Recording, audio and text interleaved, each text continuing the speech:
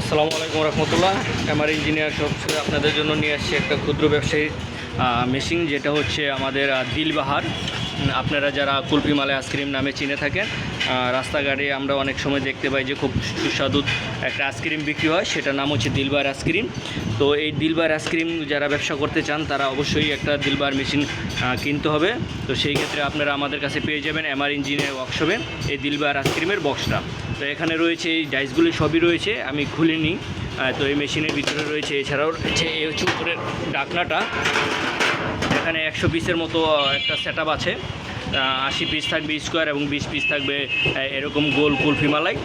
তো এটা হচ্ছে অরিজিনাল জাপানি শিট দিয়ে তৈরি। এটা লবণের পানিতে জং আসবে না এবং বরফের পানিতে এটা জং আসবে না। আপনারা অনায়াসে এটা দিয়ে আপনার 8-10 বছর ব্যবসা করে যেতে পারবেন। এবং দিলবাহার আইসক্রিমটা অল্প পুঁজিতেই করা যায় এবং খুব সুস্বাদু মানের হয়ে থাকে, আমরা নিজেরাও খেয়ে থাকি মাঝে মাঝে।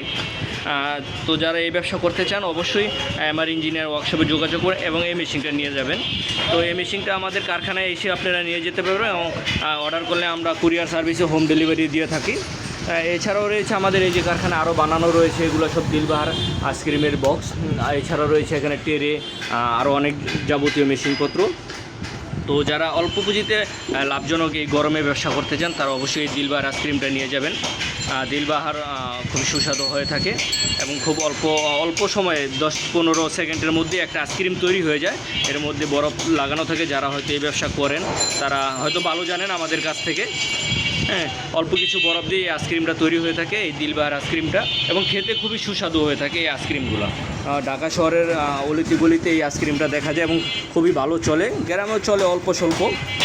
যাই হোক, এই দিলবাহার আইসক্রিমের ব্যবসাটা যারা করতে চান অবশ্যই আমার ইঞ্জিনিয়ার ওয়ার্কশপে যোগাযোগ করবেন এবং ফোন নাম্বারে যোগাযোগ করে আসতে পারবেন ইনশাল্লাহ সরাসরি কারখানায়।